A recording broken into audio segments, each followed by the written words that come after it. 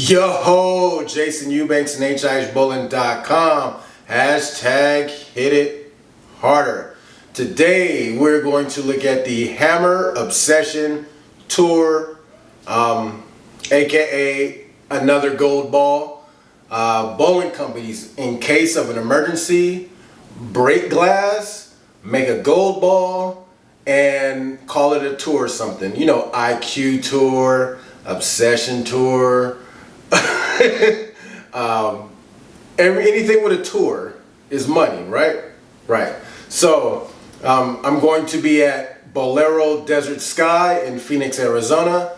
I'm going to be bowling on their house shot, slightly used.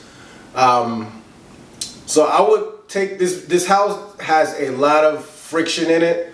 So take this review and scoot everything over, I'd say about a zone and a half. Because even for me, ball should not be hooking this much. So I don't want you to think it's going to do something and you get it and it's like, what happened, dog? You're lying to me. Like, nah, this place just hooks a ton. And also, in my 5-shot challenge, I'm going to include my get loose, get warmed up ball so you guys have an idea of what or why I chose to stand or start off where I started off at. And you can kind of see my progression and whatnot. That's the thing about these reviews. I'm not reviewing them within, the company.